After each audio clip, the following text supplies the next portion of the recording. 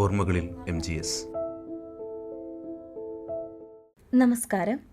ഇന്ന് radio CU ഓർമ്മകളിൽ MGS എന്ന പരിപാടിയിൽ പ്രൊഫസർ ഡോക്ടർ MGS നാരായണനെ കുറിച്ചുള്ള ഓർമ്മകൾ പങ്കുവയ്ക്കുന്നു. കാലിക്കറ്റ് സർവകലാശാല ചരിത്ര വിഭാഗം professor doctor Mujeeb Rahman. MGS എന്ന ആചാര്യനും വിദ്യാർത്ഥിയും ഇതിനെക്കുറിച്ചാണ് ഞാൻ ഓർത്തെടുക്കാൻ ശ്രമിക്കുന്നത്. MGS ഒരു ചരിത്രകാരൻ എന്നതിലുപരി ഞങ്ങളെപ്പോലുള്ള ആളുകളെ സംബന്ധിച്ചിടത്തോളം ഒരു ആചാര്യനായിരുന്നു. അതേസമയം തന്നെ അദ്ദേഹം എന്നും പഠിച്ചുകൊണ്ടിരിക്കുന്നൊരു വിദ്യാർത്ഥിയായിരുന്നു. അതാണ് ഒരുപക്ഷെ അദ്ദേഹത്തിനെ ഏറ്റവും പുതുമയുള്ള ഒരാളാക്കി അല്ലെങ്കിൽ ഒരു പണ്ഡിതനാക്കി മാറ്റിയത്.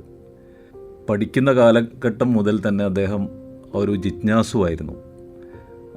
ഒരു പണ്ഡിതനാവുന്നതിന് മുമ്പുള്ള MGSൻ്റെ വിദ്യാർത്ഥി കാലഘട്ടത്തിലാണ് ഒരുപക്ഷെ ഇത്തരത്തിലുള്ള വിജ്ഞാന ശേഖരണവും അതുപോലെ തന്നെ സംവാദവും ആരംഭിക്കുന്നതെന്ന് അദ്ദേഹത്തിൻ്റെ ചർച്ചകളിൽ നിന്നൊക്കെ ഞങ്ങൾ കേട്ടിട്ടുണ്ട്. അതായത് മദ്രാസിൽ അദ്ദേഹം പഠിക്കുന്ന കാലഘട്ടത്തിൽ ഏറ്റവും വലിയ കേരളം കണ്ട ഏറ്റവും വലിയ മനീഷികളിൽ ഒരാളായിട്ടുള്ള M. ഗോവിന്ദനുമായിട്ടുള്ള സംവാദങ്ങൾ, ആ കാലഘട്ടത്തിൽ മദ്രാസിൽ താമസിച്ചുകൊണ്ടിരുന്ന മലയാളികളായിട്ടുള്ള യുവാക്കളുടെ ഒരു കൂട്ടായ്മയായിരുന്നു M. ഗോവിന്ദൻ്റെ ആഭിമുഖ്യത്തിൽ മദ്രാസിൽ നടന്നുകൊണ്ടിരുന്നത്. അന്ന് KCS പണിക്കരെ പോലുള്ള ചിത്രകാരന്മാരും അതുപോലെ MGSനെ പോലുള്ള ഇളം തലമുറയിൽപ്പെട്ട വിദ്യാർത്ഥികൾ, അതുപോലെ എഴുത്തുകാരായിട്ടുള്ള കുറേ ആളുകൾ, അവരൊക്കെ ചേർന്ന് അവരുടെ സൃഷ്ടികൾ വായിക്കുക, അതിനെക്കുറിച്ച് ചർച്ച ചെയ്യുക, വളരെ കൂലങ്കഷമായിട്ടുള്ള ആലോചനകൾ നടത്തുക, വിമർശിക്കുക. ഇതിലൂടെ ഉണ്ടായി വന്നിട്ടുള്ള ഒരു ബോധം, ഒരു വിമർശന ബോധം അല്ലെങ്കിൽ അറിവിനെക്കുറിച്ചുള്ള പുതിയ ആശയങ്ങൾ, പാശ്ചാത്യ ലോകത്ത് ഉണ്ടായി വരുന്ന പുതിയ സിദ്ധാന്തങ്ങൾ, അതിനെക്കുറിച്ചുള്ള ചർച്ചകൾ, ഇതിലൂടെയൊക്കെയാണ് MGS എന്ന് പറയുന്നൊരു ചരിത്രകാരൻ രൂപപ്പെട്ടത്. അതിൻ്റെ ഒരു തുടർച്ച അദ്ദേഹം കോഴിക്കോട് എത്തുമ്പോൾ ഉണ്ടാവുന്നുണ്ട്. അതായത് കോഴിക്കോടും ഇതിന് സമാനമായിട്ടുള്ളൊരു ഒരു ഒരു പ്ലാറ്റ്ഫോം അവർ രൂപപ്പെടുത്തിയിരുന്നു. അതായത് കേരളത്തിലെ അല്ലെങ്കിൽ കോഴിക്കോട് കേന്ദ്രീകരിച്ച് പ്രവർത്തിച്ചിരുന്ന എഴുത്തുകാരും അതുപോലെ സാഹിത്യകാരന്മാരും സാംസ്കാരിക പ്രവർത്തകരും, അതിൽ പ്രമുഖരായിട്ടുള്ള ആളുകളായിരുന്നു ഉറൂബ്, അതുപോലെ MT വാസുദേവൻ നായർ, ഇടശ്ശേരി, അങ്ങനെ ഉൾപ്പെടുന്ന ആളുകളുടെ കൂട്ടത്തിലേക്ക് MGS എത്തിപ്പെടുന്നു. അതിൻ്റെ തുടർച്ചയെന്നോണം അദ്ദേഹം ഇടപെട്ട മേഖലകൾ, MGS അന്ന് ഒരു വളരെ ചെറുപ്പക്കാരനായിട്ടുള്ള ഒരാളാണ്. അദ്ദേഹം ഇടപെട്ടിരുന്ന പ്രധാനപ്പെട്ട മേഖല എന്ന് പറയുന്നത് സാഹിത്യമായിരുന്നു എന്ന് ഒരുപക്ഷെ അധികം ആർക്കും, പ്രത്യേകിച്ച് വിദ്യാർത്ഥികൾക്കൊന്നും അറിയാനുണ്ടായിരിക്കില്ല. MGS ഒരു പൊതുമണ്ഡലത്തിലേക്ക് വരുന്നത് തീർച്ചയായിട്ടും ചരിത്രകാരനായിട്ടല്ല. അദ്ദേഹം എത്തിപ്പെടുന്നതൊരു സാഹിത്യ വിമർശകനായിട്ടാണ്. ഇടശ്ശേരിയുടെ കവിതകൾക്ക് നിരൂപണം എഴുതിക്കൊണ്ടാണ് MGS പൊതുമണ്ഡലത്തിലേക്ക് വരുന്നത്. അദ്ദേഹത്തിൻ്റെ ആദ്യത്തെ കൃതി തന്നെ ചരിത്രമായിരുന്നില്ല, മറിച്ച് സാഹിത്യമായിരുന്നു എന്ന് നമുക്ക് മനസ്സിലാക്കേണ്ടതുണ്ട്. അതുമാത്രമല്ല, MGS ഒരു ചിത്രകാരനായിരുന്നു. അദ്ദേഹത്തിൻ്റെ ചിത്രങ്ങൾ ഒരു ശേഖരം തന്നെ ആദ്യഘട്ടത്തിൽ ഉണ്ടായതായിട്ട് നമുക്ക് കാണാൻ പറ്റും. തുടർന്നാണ് അദ്ദേഹം ചരിത്രത്തിലേക്ക് ശ്രദ്ധ ചെലുത്തുന്നത്. അപ്പോൾ ഒരു ചരിത്രകാരൻ എന്ന രീതിയിൽ അദ്ദേഹം രംഗപ്രവേശം ചെയ്യുന്നത് പ്രധാനമായിട്ടും ഒരു ചരിത്ര ഗവേഷണത്തിലേക്ക് വരുന്നതോടുകൂടിയാണ്. കേരള സർവകലാശാലയിലാണ് MGSൻ്റെ ഗവേഷണ പഠനങ്ങൾ ആദ്യമായിട്ട് ആരംഭിക്കുന്നത്. അവിടുത്തെ കാരണം അന്ന് കാലിക്കറ്റ് യൂണിവേഴ്സിറ്റി സ്ഥാപിതമായിരുന്നില്ല. 1968 നമ്മുടെ യൂണിവേഴ്സിറ്റി സ്ഥാപിക്കുന്നത്. അതിനു മുമ്പ് കേരളത്തിലെ ഏക യൂണിവേഴ്സിറ്റി ആയിരുന്ന കേരള സർവകലാശാലയിലാണ് MGS തൻ്റെ ഗവേഷണം, കേരള ചരിത്രവുമായി ബന്ധപ്പെട്ട ഗവേഷണം ആരംഭിക്കുന്നത്. അതിനു മുമ്പേ കേരള ചരിത്രം എന്ന് പറയുന്നത് ഒരുപക്ഷെ ഇരുട്ടിലായിരുന്നു. അതിന് ഒരു ഏക അപവാദം എന്ന് പറയുന്നത് അന്ന് ഇളംകുളം കുഞ്ഞൻപിള്ള എന്ന് പറയുന്ന പ്രസിദ്ധനായിട്ടുള്ള പണ്ഡിതൻ്റെ ചില എഴുത്തുകളും രചനകളുമാണ്. ആ രചനകളെ ആണ് നമ്മൾ കേരള ചരിത്ര വിജ്ഞാനീയത്തിൻ്റെ തുടക്കമായിട്ട് കാണുന്നത്. ഇതിനെ തുടർന്ന് അല്ലെങ്കിൽ ഇതിനോട് ചേർന്നുകൊണ്ടാണ് MGS കേരള ചരിത്രത്തിലെ വലിയ ഗവേഷണ സംരംഭങ്ങളൊക്കെ ഏറ്റെടുക്കുന്നത്. അതോടുകൂടിയാണ് ചരിത്രകാരനായിട്ടുള്ള ഒരു MGS പിറവി കൊള്ളുന്നത്. അദ്ദേഹം പഠിക്കുന്നത് പെരുമാൾ കാലഘട്ടത്തെക്കുറിച്ചാണ്. പെരുമാൾ കാലഘട്ടം അല്ലെങ്കിൽ രണ്ടാം ചേര സാമ്രാജ്യം എന്നറിയപ്പെടുന്ന ഒരു വലിയ കാലഘട്ടം, 800 മുതൽ 1200 വരെയുള്ള ഒരു കാലഘട്ടമാണ് അദ്ദേഹം പഠിക്കാൻ ശ്രമിക്കുന്നത്. അപ്പോൾ മധ്യകാലഘട്ടത്തെക്കുറിച്ച് അന്ന് വരെ നിലവിലുണ്ടായിരുന്ന പല കാര്യങ്ങളെയും പല മിത്തുകളെയും ഒക്കെ ചോദ്യം ചെയ്യുകയും അത് പൊളിച്ചെഴുതുകയും ചെയ്തുകൊണ്ടാണ് MGS രംഗപ്രവേശം ചെയ്യുന്നത്. അപ്പോൾ കാലിക്കറ്റ് യൂണിവേഴ്സിറ്റി സ്ഥാപിതമാവുന്നതോടുകൂടി 1963 തന്നെ നമ്മളെ കോഴിക്കോട്ട് വന്നിരുന്ന കേരള യൂണിവേഴ്സിറ്റിയുടെ ഒരു സെൻറ്റർ, അവിടെ ചരിത്ര വിഭാഗം ഉണ്ടായിരുന്നു. ആ ചരിത്ര വിഭാഗം 1968 ആയപ്പോഴത്തേക്ക് നമ്മുടെ കാലിക്കറ്റ് യൂണിവേഴ്സിറ്റിയുടെ ചരിത്ര വിഭാഗമായിട്ട് മാറുകയും തുടർന്ന് കാലിക്കറ്റ് യൂണിവേഴ്സിറ്റിയുടെ ചരിത്ര വിഭാഗത്തിൻ്റെ നേതൃത്വപരമായിട്ടുള്ള പ്രവർത്തനങ്ങൾ ഏറ്റെടുക്കാൻ MGS എത്തുന്നതുമാണ് നമ്മൾ കാണുന്നത്. അപ്പോൾ ഇവിടുത്തെ ഒരു അധ്യാപകൻ എന്നുള്ള രീതിയിൽ നേരിട്ട് ഒരു അധ്യാപനത്തിൽ അദ്ദേഹത്തിൻ്റെ അധ്യാപനം അനുഭവിക്കാൻ ഞങ്ങൾക്കാർക്കും ഭാഗ്യമുണ്ടായിരുന്നില്ല. കാരണം അദ്ദേഹം 1992 തന്നെ നമ്മുടെ കാലിക്കറ്റ് സർവകലാശാലയിൽ നിന്ന് അദ്ദേഹം വിരമിച്ചിരുന്നു. പക്ഷേ 1995 കാലഘട്ടത്തിൽ അദ്ദേഹത്തിൻ്റെ പല ക്ലാസ്സുകളും അനുഭവിക്കാൻ എനിക്ക് ഭാഗ്യം ലഭിച്ചിരുന്നു. ആർട്സ് കോളേജിൽ പഠിക്കുന്ന ഒരു വിദ്യാർത്ഥിയായിരുന്നു ഞാൻ. ആ സമയത്ത് UGCയുടെ ഒരു വിസിറ്റിംഗ് പ്രൊഫസർ പദ്ധതിയിൽ MGS അന്ന് റിട്ടയർ ചെയ്തിട്ടുള്ള MGS ഞങ്ങൾക്ക് ക്ലാസ് എടുക്കാൻ സമ്മതിക്കുകയും അതിൻ്റെ ഫലമായിട്ട് ഞങ്ങൾക്ക് ആ ഒരു ഭാഗ്യം ലഭിക്കുകയും ചെയ്തു. അദ്ദേഹത്തിൻ്റെ ക്ലാസ് മുറികളിലെ MGSനെ കുറിച്ച് ഞാൻ ഞങ്ങളുടെ അധ്യാപകരിൽ നിന്നാണ് കേട്ടിട്ടുള്ളത്. കാരണം അവരൊക്കെ MGSൻ്റെ ശിഷ്യന്മാരായിരുന്നു. ആർട്സ് കോളേജിൽ തന്നെ ഉണ്ടായിരുന്ന വേണു സാറും അതുപോലെ അൻവർ സാറ്, അതുപോലെ ഫാത്തിമ ടീച്ചർ, ഫറൂഖ് കോളേജിലെ ഫാത്തിമ ടീച്ചർ തുടങ്ങിയിട്ടുള്ള ആളുകളൊക്കെ അവരുടെ ഗുരുവിനെ ഓർക്കുന്നത് ഞങ്ങൾ കണ്ടിട്ടുണ്ട്. MGS എങ്ങനെയായിരുന്നു ഒരു ക്ലാസ് മുറിയിലെ MGS എന്ന്. അതിന് അദ്ദേഹത്തിൻ്റെ ക്ലാസ്സുകൾക്ക് നിയതമായിട്ടുള്ളൊരു സ്ട്രക്ചർ ഉണ്ടായിരുന്നില്ല എന്നാണ് എല്ലാവരും പറഞ്ഞിട്ടുണ്ടായിരുന്നത്. അത് എപ്പോൾ തുടങ്ങുമെന്നോ എപ്പോൾ അവസാനിക്കുമെന്നോ എങ്ങനെ നീണ്ടുപോകുമെന്നോ അതിനൊരു കൃത്യമായ സമയമോ കാലമോ ഒന്നുമില്ലാത്ത രീതിയിൽ, അതിന് സ്ട്രക്ചർ ഇല്ലാത്ത രീതിയിലുള്ള ഒരു വലിയ സമയം എടുത്തിട്ടുള്ള ക്ലാസ്സുകളായിരുന്നു എന്നാണ് അവർ പറഞ്ഞത്. അപ്പം അത് നേരിൽ അനുഭവിക്കാൻ എനിക്കുണ്ടായിട്ടുള്ള ഭാഗ്യം ഇങ്ങനെയാണ്, ഒരു UGC പദ്ധതിയിലൂടെയാണ്. ക്ലാസ്സുകൾ മിക്കവാറും നടന്നിരുന്നത് ശനിയാഴ്ചകളിലാണ്. അപ്പോൾ കാലത്ത് തന്നെ MGS ക്ലാസ്സിലെത്തും 10 മണി മുതൽ.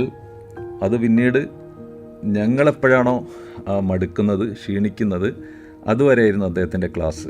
എന്ന് പറഞ്ഞാൽ ഒരു 5 മണി 6 മണി അതിലും കൂടുതൽ ചിലപ്പം ക്ലാസ്സുകൾ നീണ്ടു പോകുമായിരുന്നു. അപ്പോൾ ഒരു സംവാദാത്മകമായിട്ടുള്ളൊരു ക്ലാസ്സാണ് MGSൽ നിന്ന് നമുക്ക് ലഭിച്ചു പോകുന്നത്. അദ്ദേഹം ഒന്നും നമ്മളോട് അടിച്ചേൽപ്പിക്കുകയോ ഇതാണ് അവസാന വാക്കെന്ന് പറയുകയോ ചെയ്യുന്നതായിരുന്നില്ല MGSൻ്റെ രീതി. അത് ഒരു വിഷയത്തെ അനാവരണം ചെയ്യുകയും അതിൽ വിദ്യാർത്ഥികൾ ഉന്നയിക്കുന്ന സംശയങ്ങളും ചോദ്യങ്ങളും അപ്പോൾ കറക്റ്റ് ചെയ്യുകയോ കൂട്ടിച്ചേർക്കുകയോ അതല്ലെങ്കിൽ മറ്റേതെങ്കിലും രീതിയിൽ കൂടുതൽ വായനയിലേക്ക് നമ്മളെ ആകർഷിക്കുന്ന രീതിയിൽ കാര്യങ്ങൾ ചൂണ്ടിക്കാണിക്കുകയൊക്കെ ചെയ്തുകൊണ്ടാണ് അദ്ദേഹത്തിൻ്റെ ഓരോ ക്ലാസ്സുകളും പോയിക്കൊണ്ടിരുന്നത്. അതൊരിക്കലും ഒരു പരീക്ഷയെ അല്ലെങ്കിൽ ചോദ്യപേപ്പറിനെ ഒന്നും ആശ്രയിക്കുന്ന ഒരു ക്ലാസ് ആയിരുന്നില്ല.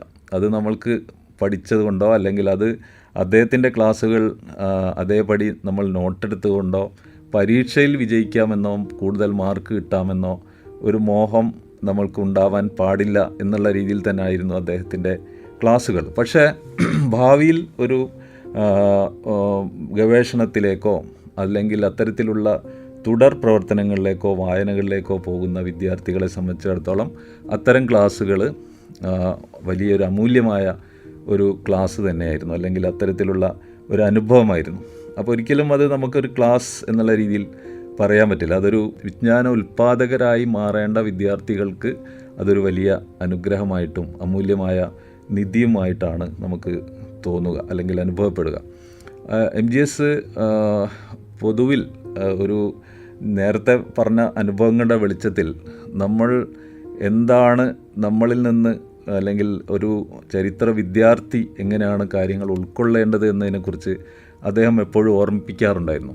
അദ്ദേഹം പറഞ്ഞിട്ടുള്ള ഒരു കാര്യം, എപ്പോഴും അടിവരയിട്ട് പറഞ്ഞുകൊണ്ടിരുന്ന ഒരു പ്രധാനപ്പെട്ട കാര്യം എന്താണെന്ന് ചോദിച്ചു കഴിഞ്ഞാൽ, ചരിത്രം എന്ന് പറയുന്ന ആ ഒരു വിഷയം, ആ ചരിത്രത്തിന് ഇന്നുവരെ കണ്ടെത്തിയിട്ടുള്ളതിൽ ഏറ്റവും മികച്ച ടൂൾ, ചരിത്രം എഴുതുന്നതിനും വിശകലനം ചെയ്യുന്നതിനും ഇതുവരെയും സമൂഹം കണ്ടെത്തിയതിൽ ഏറ്റവും മികച്ച ഒരു ഉപകരണം എന്ന് പറയുന്നത്, ടൂൾ എന്ന് പറയുന്നത്, അത് മെറ്റീരിയലിസ്റ്റ് അല്ലെങ്കിൽ ഹിസ്റ്റോറിക്കൽ മെറ്റീരിയലിസമാണ്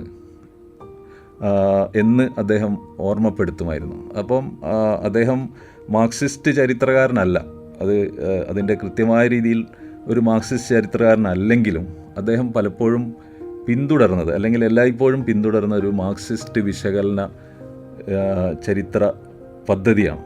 അത് അദ്ദേഹത്തിന് ഭൗതികവാദപരമായിട്ടുള്ളൊരു വിശകലന രീതിയാണ് അദ്ദേഹം പിന്തുടർന്നത്.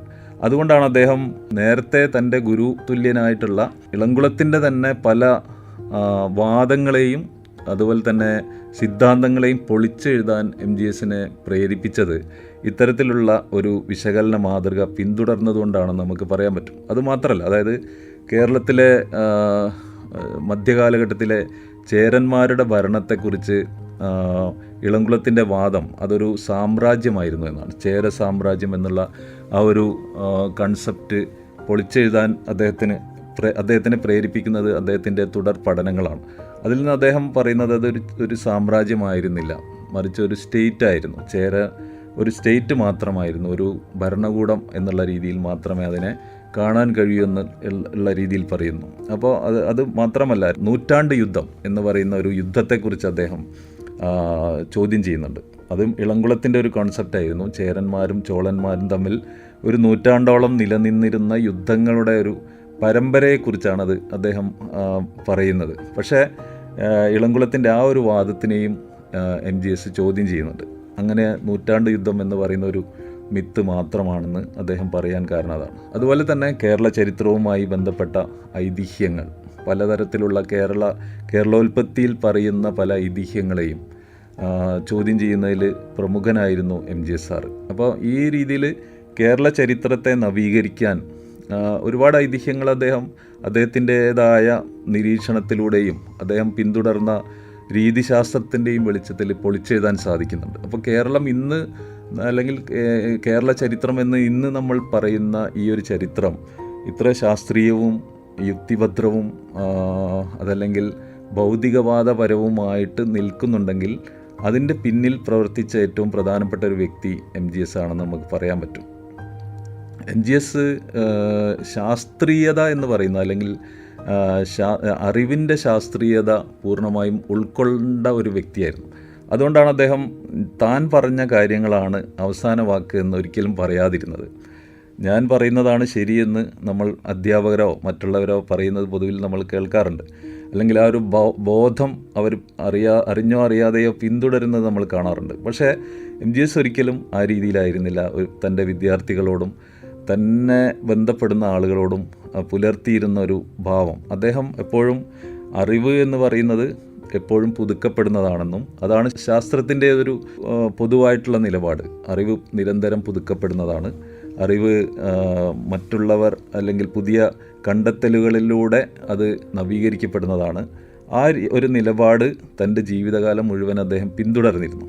അതുമാത്രമല്ല, പല രീതിയിലുള്ള ജനവിഭാഗങ്ങളെ, പല രീതിയിലുള്ള ആശയങ്ങളും അഭിപ്രായങ്ങളും പിന്തുടരുന്ന ജനങ്ങളെ അദ്ദേഹം പ്രോത്സാഹിപ്പിച്ചിരുന്നു. അവരുടേതായ ആശയങ്ങളെയും അതുപോലെ തന്നെ അനുഭവങ്ങളെയും അദ്ദേഹം ഒരിക്കലും നിഷേധിക്കുകയോ നിരാകരിക്കുകയോ അവരെ മാറ്റി നിർത്തുകയോ ചെയ്യാനല്ല MGS ശ്രമിച്ചത്. അദ്ദേഹം അവരെ ഒക്കെ ചേർത്ത് നിർത്താനോ അവരോടൊക്കെ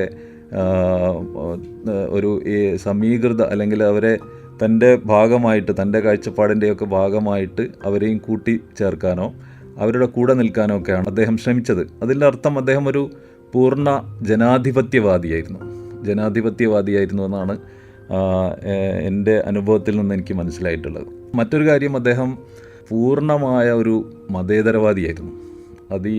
തീവ്രമായ മതേതരവാദിയായിരുന്നു എന്നുള്ളതാണ്. അപ്പം അദ്ദേഹം തൻ്റെ വ്യക്തിജീവിതത്തിലാണെങ്കിലും അല്ലെങ്കിൽ പൊതുമണ്ഡലത്തിലുള്ള അദ്ദേഹത്തിൻ്റെ ഇടപെടലുകൾ നിന്നൊക്കെ നമുക്ക് മനസ്സിലാക്കാവുന്ന ഒരു കാര്യം, അദ്ദേഹം മതം എന്ന് പറയുന്ന മതവിശ്വാസത്തെയോ അല്ലെങ്കിൽ അതിൻ്റെ ഒരു ഉപോൽപ്പന്നം എന്ന രീതിയിലുള്ള വർഗീയതയോ അദ്ദേഹം സമീപിച്ചത് അദ്ദേഹം വളരെ ഒരു ശാസ്ത്രീയമായ രീതിയിൽ തന്നെയാണ്. അദ്ദേഹം വർഗീയതയുടെ ഒരു കടുത്ത വിമർശകനായിരുന്നു. അല്ലെങ്കിൽ ഈ അടുത്ത കാലഘട്ടത്തിൽ, അദ്ദേഹത്തിൻ്റെ അവസാന കാലഘട്ടത്തിൽ പോലും അദ്ദേഹം ഈ ദേശീയതയുടെ, ജിങ്കോയിസ്റ്റിക് ദേശീയതയുടെ ഒരു കടുത്ത വിമർശകനായിട്ട് രംഗപ്രവേശം ചെയ്യുന്നത് നമുക്ക് കാണാൻ പറ്റും. കാരണം ഇന്ത്യയിൽ 2014 ശേഷം ഉയർന്നു വന്നിട്ടുള്ള ഒരു പൊതു രീതികൾ, പൊതു പ്രവണതകളെ അദ്ദേഹം അതിനിശിതമായി വിമർശിച്ചിരുന്നു. അതായത് തിയേറ്റർ അല്ലെങ്കിൽ സിനിമ കാണുന്നതിന് മുമ്പായിട്ട് തിയേറ്ററിൽ ദേശീയഗാനം ആലപിക്കുക, അതുപോലെ ബീഫ് നിരോധിക്കുക, അതുമായി ബന്ധപ്പെട്ട ചർച്ചകളൊക്കെ ഉയർന്നു വന്നപ്പോൾ അദ്ദേഹം തൻ്റെ രോഗങ്ങൾക്കിടയിലും അദ്ദേഹം ഉണരുകയും അദ്ദേഹം അതിനെതിരായി ശക്തമായ ഒരു ചരിത്രകാരനും അതുപോലെ തന്നെ ഒരു മതേതരവാദിയുമായിട്ട് രംഗപ്രവേശം ചെയ്തത് നമ്മൾ കണ്ടതാണ്.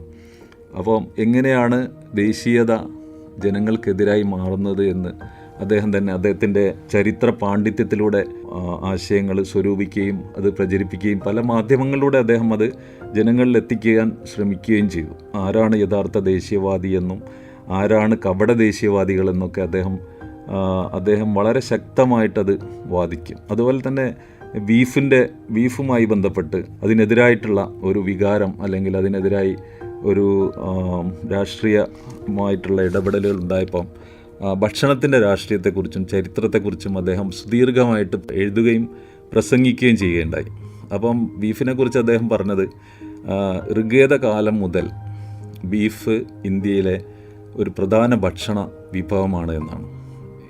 ബീഫ് എന്ന് പറയുന്ന വിഭവത്തെക്കുറിച്ച് ഋഗ്വേദത്തെ ഉദ്ധരിച്ചുകൊണ്ട് അദ്ദേഹം പറയുന്നുണ്ട്, അതിഥികളായി എത്തുന്നവർക്ക് നൽകിയിരുന്ന വിശിഷ്യ ഭോജ്യമായിരുന്നു ബീഫ് എന്ന് പറയുന്നത്. അപ്പം ഇത് നമ്മുടെ ഏത് കാലഘട്ടത്തിലാണ് ബീഫ് നമുക്ക് ഇഷ്ടമില്ലാത്തൊരു ഭക്ഷണമായി തീരുന്നത് എന്ന് അദ്ദേഹം പറയുന്നുണ്ട്.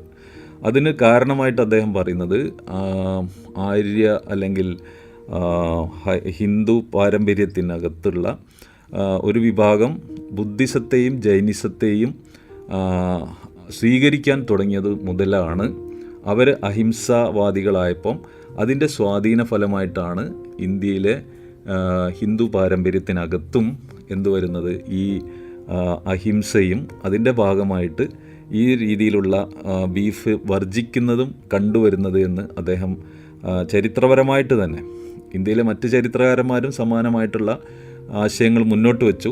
അത് കേരളത്തിൽ നമ്മുടെ മലയാളത്തിലൂടെ അത് പ്രചരിപ്പിക്കുന്നത് തീർച്ചയായിട്ടും MGSൻ്റെ നേതൃത്വത്തിൽ തന്നെയായിരുന്നു. അപ്പോൾ അത്തരത്തിലുള്ള വാദങ്ങൾക്ക് പിന്നീട് അതിനൊരു മറുവാദത്തിന് സ്കോപ്പില്ലാത്ത രീതിയിൽ തന്നെയാണ് MGS ഈ ഇത്തരത്തിലുള്ള വാദങ്ങൾ മുന്നോട്ട് വെച്ചിട്ടുള്ളത്. അതുപോലെ തന്നെ 1921 മലബാർ കലാപവുമായി ബന്ധപ്പെട്ട് അതിൻ്റെ 100ാം വാർഷികം ആഘോഷിക്കുന്ന വേളയിൽ MGSൻ്റെ ഇടപെടലുകൾ വളരെ ശക്തമായിരുന്നു. TV-യിലൊക്കെ ചർച്ചകൾ ആരംഭിച്ചു തുടങ്ങിയ ഒരു കാലഘട്ടത്തിൽ അന്ന് MGSൻ്റെ ആരോഗ്യം ഇത്ര മോശമായിരുന്നില്ല. അന്ന് അദ്ദേഹം TV ചർച്ചയിൽ സംസാരിക്കുന്നത് ഞങ്ങളൊക്കെ വളരെ കൗതുകത്തോടെ നോക്കിയിരുന്നതാണ്.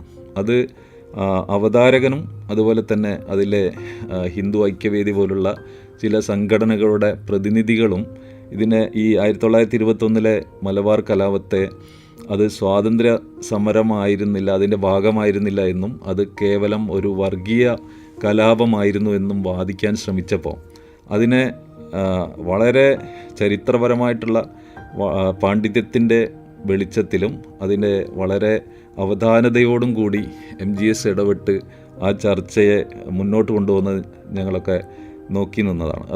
അതിൽ നിന്നും നമുക്ക് മനസ്സിലാവും അദ്ദേഹം വാദിച്ചത് മലബാർ കലാപം ഒരു കാരണവശാലും വർഗീയ കലാപമല്ല, അത് സ്വാതന്ത്ര്യ സമരത്തിൻ്റെ ഭാഗമായിരുന്നു. അതൊരിക്കലും ഒരു മതവിഭാഗം മറ്റൊരു മതവിഭാഗത്തെ ആക്രമിക്കാനോ അല്ലെങ്കിൽ അവരെ നശിപ്പിക്കാനോ ഉള്ള ഒരു സമരമോ പദ്ധതിയോ ആയിരുന്നില്ല.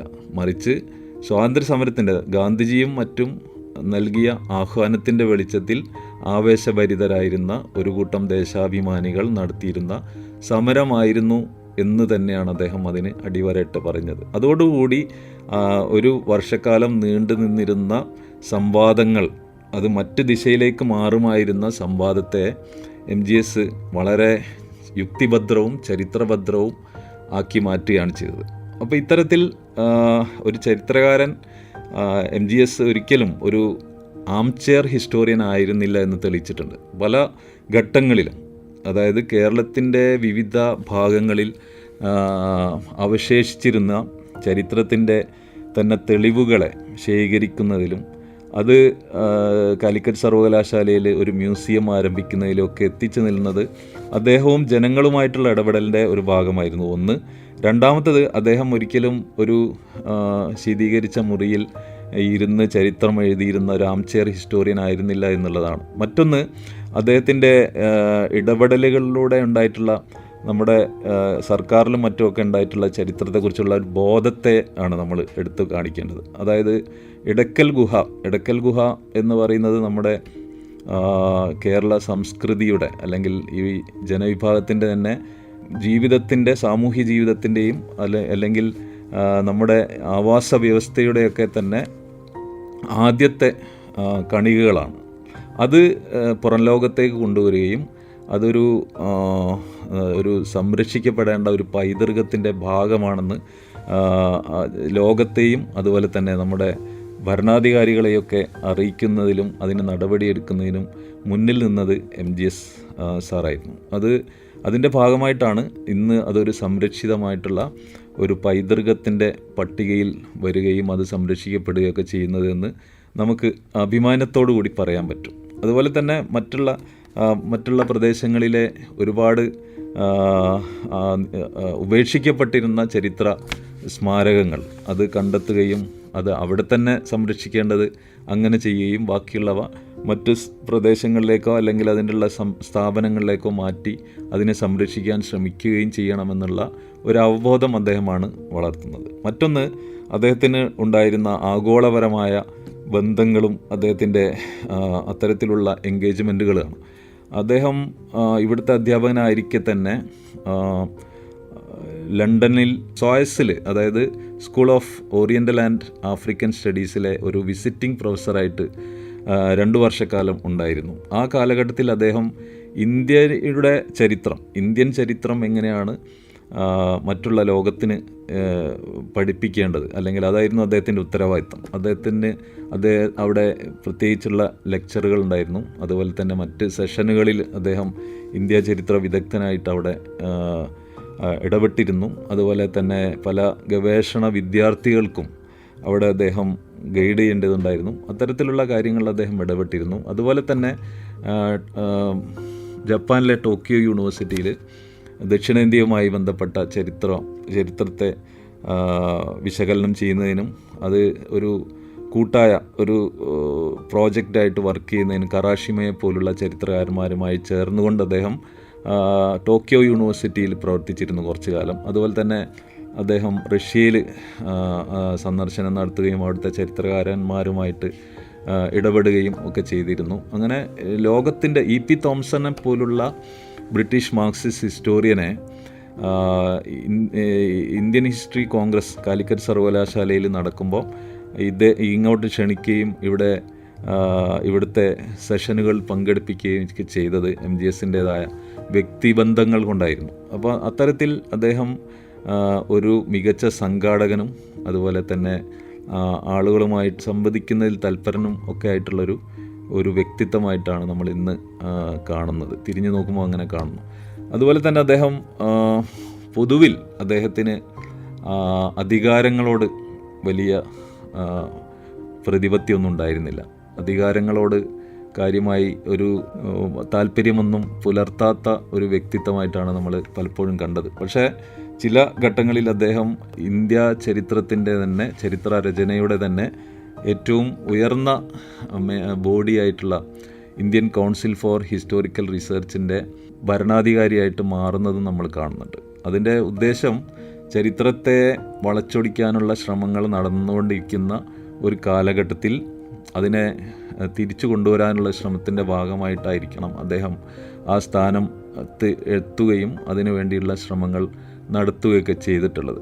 അപ്പം ഒരു ചരിത്രകാരൻ എന്നുള്ള രീതിയിൽ മാത്രമല്ല, ഒരു ഒരു പ്രതിരോധത്തിൻ്റെ വഴികൾ തീർത്തിട്ടുള്ള ഒരു വ്യക്തി കൂടിയായിരുന്നു അദ്ദേഹം. ഒരു സാമൂഹ്യ ജീവി കൂടിയായിരുന്നു അദ്ദേഹം. കാരണം അദ്ദേഹത്തിൻ്റെ പല ഘട്ടങ്ങളിലും അദ്ദേഹം പല സമരങ്ങളിലും പങ്കുചേരുന്നുണ്ട്. അവരുടെ പ്രതിരോധം മുന്നോട്ട് ഉയർത്തി കാണിക്കാനുള്ള ശ്രമങ്ങൾ നടത്തുന്നുണ്ട്.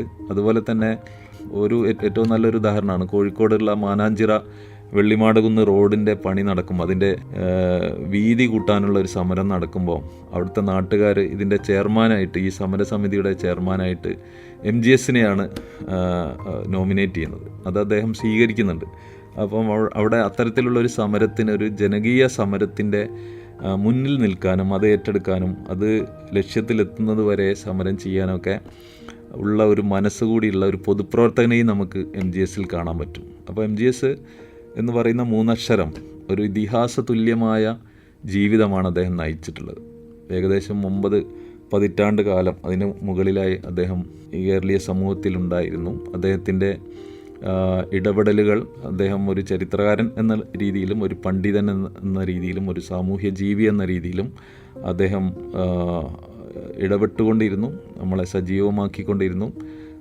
ഈ ഒരു സമൂഹത്തെ, പൊതുമണ്ഡലത്തെ ഒക്കെ നവീകരിക്കാനും അദ്ദേഹത്തിൻ്റെ സമയവും അദ്ദേഹത്തിൻ്റെ ആരോഗ്യവും അദ്ദേഹത്തിൻ്റെ ഊർജ്ജമൊക്കെ ചെലവഴിക്കുകയും ചെയ്തു. അപ്പോൾ ഈ രീതിയിൽ നമ്മളെ സംബന്ധിച്ചിടത്തോളം MGSൻ്റെ അസാന്നിധ്യം ഒരു വലിയ നഷ്ടമായിരിക്കും. പ്രത്യേകിച്ച് നമ്മുടെ കാലിക്കറ്റ് യൂണിവേഴ്സിറ്റിയും അതുപോലെ യൂണിവേഴ്സിറ്റിയുടെ തന്നെ ഭാഗമായ ചരിത്ര വിഭാഗത്തെയൊക്കെ സംബന്ധിച്ചിടത്തോളം ഒരു വലിയ നഷ്ടമാണ്, തീരാ നഷ്ടമാണ്. വ്യക്തിപരമായും അതൊരു വലിയ നഷ്ടമായിട്ടാണ് ഞാൻ കാണുന്നത്. Thank you. ശ്രോതാക്കൾ കേട്ടുകൊണ്ടിരിക്കുന്നത് ഓർമ്മകളിൽ MGS. പ്രൊഫസർ ഡോക്ടർ MGS നാരായണനെക്കുറിച്ചുള്ള ഓർമ്മകൾ പങ്കുവയ്ക്കുന്നു കാലിക്കറ്റ് സർവകലാശാല ചരിത്ര വിഭാഗം പ്രൊഫസർ ഡോക്ടർ മുജീബ് റഹ്മാൻ. ഓർമ്മകളിൽ MGS.